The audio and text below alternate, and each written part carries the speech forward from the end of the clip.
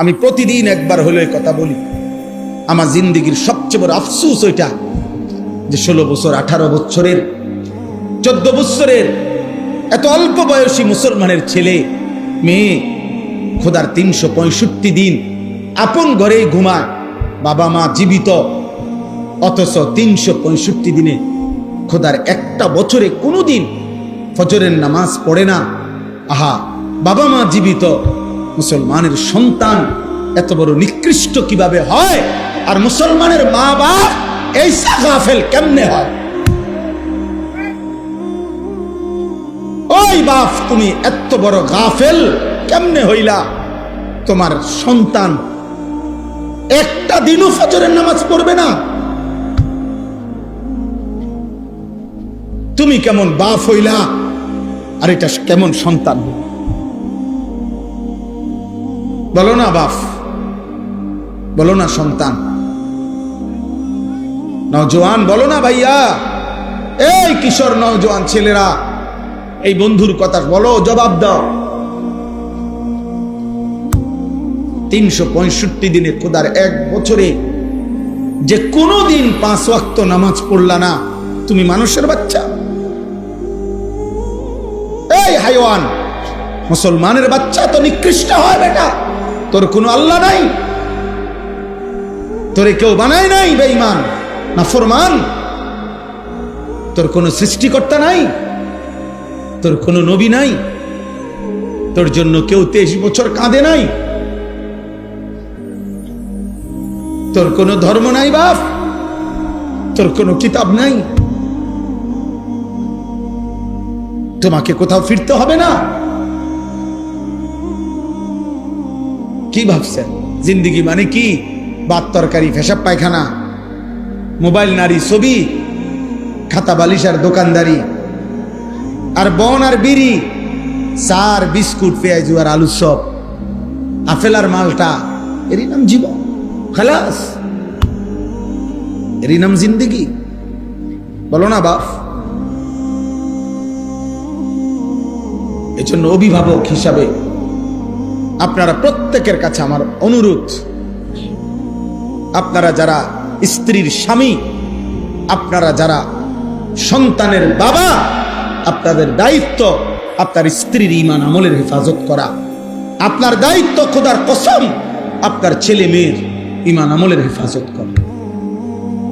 নবীজি সাল্লাল্লাহু আলাইহি ওয়াসাল্লাম বলেছেন, হাদিস, ইজা আইকাযার রাজুলু আহলাহু ওয়া সাল্লা বিহিম জামিআন কুতিবা ফিদ যাকিরিন আল্লাহ কাসীরান ওয়াদ যাকিরাত। সুবহানাল্লাহ। নবীজি বলেন, কোন পুরুষ যদি তার পরিবারের সকল সদস্যকে ফজরের নামাজের জন্য জাগিয়ে দেয়, অতঃপর ফজরের নামাজ সবাই আদায় করে, যারা ঘরে পড়ার ঘরে পড়লো মহিলা, যারা মসজিদের জামাতে পড়ার জামাতে পড়লো, খোদার কসম নবী বলছে আল্লাহ গোটা ফ্যামিলিকে, আল্লাহ তাআলা তার বেশি বেশি জিকিরকারী বান্দা এবং বান্দির তালিকায় এই ফ্যামিলির সকলের নাম উঠায় দিয়েছে।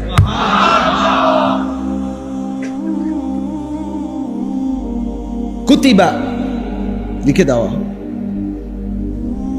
নবীজি বলছেন সাল্লাল্লাহু আলাইহি ওয়াসাল্লাম, রাহিমাল্লাহু রাজুলান আইকাযা ইমরাআতাহু ফাইন আবাত নাদাহা ফি ওয়াজহিহাল মা। আল্লাহ ওই পুরুষের উপরে, ওই স্বামীর উপরে আল্লাহ রহমত নাজিল করেন যে তার স্ত্রীকে ফজরের নামাজের জন্য জাগিয়ে দেয়। যদি সে উঠতে না চায়, ফাইন আবাত, উঠতে না চায়, তাহলে স্বামী আদর করে তার চোখে মুখে পানির ছিটা দিয়ে দেয়। ওঠো, উঠতে হবে, পানির ছিটা দিয়ে দেয় যেন সে উঠে। আল্লাহ, নবী বলেন, আল্লাহ ওই স্বামীর উপরে তৎক্ষণাৎ রহমত নাজিল করে। শেষ হয় নাই হাদিস, এর পরের অংশ হলো ওয়া রাহিমাল্লাহু ইমরাআতান, আল্লাহ ওই স্ত্রীর উপরেও রহমত নাজিল করেন আইকাযাত যাওজাহা, যে তার স্বামীকে ফজরের নামাজের জন্য জাগিয়ে দেয়। ফাইন আবা, যদি স্বামী উঠতে না চায়, নাদাহাত ফি ওয়াজহিহিল মা, এবার স্ত্রী তার চোখে মুখে পানির ছিটা দিয়ে। উঠতা না, কালকে যে তুমি আমার ফানি দিছো চোখে মুখে, আজকে বালতি দিয়া ফানি দিও, ওঠো। আচ্ছা, এমন ভালোবাসায় কি ঝগড়া হইব? এটা তো মহব্বত। আল্লাহ নবী সাল্লাল্লাহু আলাইহি সাল্লাম বলেন, এমন স্বামী স্ত্রী উভয়ের উপরে মহান আল্লাহ রহমত বর্ষণ করে। তাহলে পরিবারের ব্যাপারে জিম্মাদারি দেখেন। কোরআন শরীফের উদাহরণ শুনেন, একটা ছোট্ট উদাহরণ দেই, বুঝবেন। সূরা আহজাবের মধ্যে আছে, ইয়া আইয়ুহান নাবিয়্যু, হে নবী আমার, আমাদের নবীকে আল্লাহ বলছে, কুল লি আজওয়াজিকা, আপনি আপনার স্ত্রীদেরকে বলুন। আলাদা বলছে, ওয়া বানাতিকা, আপনি আপনার মেয়েদেরকে বলুন। ওয়া নিসাইল মুমিনিনা, আপনি সমস্ত ঈমানদার নারীদেরকে বলুন। কি বলুন? ইউদনিনা আলাইহিন্না মিন জালাবিবিহিন্না, তারা যেন তাদের দেহের আবরণ, বোরখা, পর্দা, দেহের কাপড়, মোটা ঢিলে ঢালা বোরখা আবৃত, একদম চোখ চেহারা সহ পুরা শরীর যেন ভালোভাবে তারা ঢেকে নেয়। এই কথাটা শতভাগ পর্দা করার জন্য, ঢিলে ঢালা পোশাক দিয়ে নিজেকে আবৃত করার জন্য, এমনকি চোখ জিলবাব বলা হয় যেটা দিয়ে চোখও ঢাকে, এরকম পোশাক দিয়ে তারা যেন নিজেদেরকে ঢেকে নেয়। এই আদেশ, এই পর্দার আদেশ আপনার স্ত্রীদেরকে বলুন, আপনার মেয়েদেরকে বলুন, ঈমানদার নারীদেরকে বলুন। বুঝছেননি? কথা বলেন না, কথা এটা বুঝছেননি? এখন আমনে বলেন, এখান থেকে আপনি এটা ভাগ করেন। আমনে বুঝেন যে নবীজি সাল্লাল্লাহু আলাইহি সাল্লামের স্ত্রীগণ ঈমানদার ছিলেন কিনা, নবীজির মেয়েগণ ঈমানদার ছিলেন কিনা। তাইলে এই কথাটা তো একবারে বলতে পারতো যে, হে নবী, ঈমানদার মহিলাদেরকে বলেন তারা যেন তাদের কাপড় পর্দা করে নেয়। তো এটা বললেই তো স্ত্রীরাও বুঝতো, মেয়েদেরকেও বুঝাইতো, আবার বাকি মহিলা সাহাবী যারা, তারাও তো বুঝে নিত। এই এক শব্দ দ্বারাই তো হয়ে যাইতো। কিন্তু আলাদা বললেন কেন? স্ত্রীদেরকে বলুন, মেয়েদেরকে বলুন, মোমেন মহিলাদেরকে বলুন, এরকম তিনটা আলগা আলগা বললেন কেন? আল্লাহ বুঝাইতে চাচ্ছেন, বন্ধু, আপনি একজন স্বামী, অতএব আপনি স্বামী হিসাবে স্ত্রীদেরকে বলুন। আপনি একজন বাবা, আপনি বাবা হিসাবে মেয়েদেরকে বলুন। আপনি একজন নবী, নবী হিসাবে আপনার ঈমানদার উম্মতের নারীদেরকে বলুন। কি করে দিছেন? আলাদা করে দিছেন, নয়তো এমনি করলো কেন? ভাগ করে দিছেন কিনা? তাইলে এবার বুঝছেন?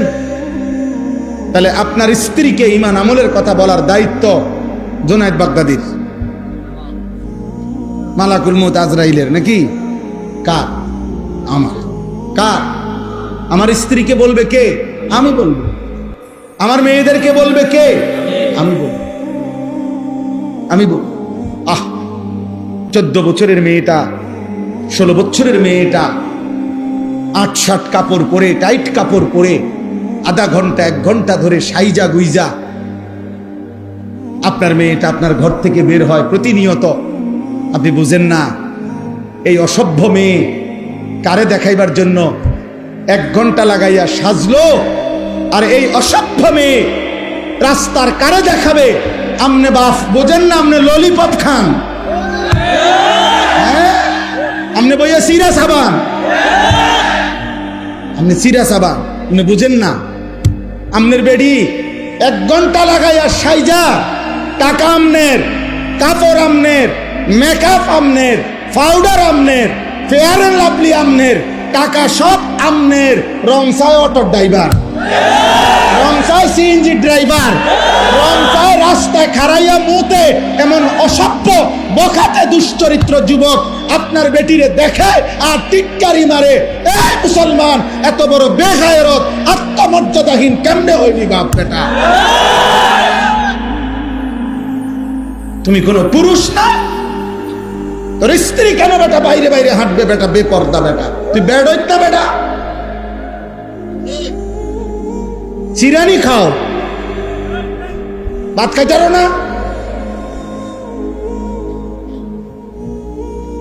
আত্মসম্মান কোথায়? বেডি আমার বউ,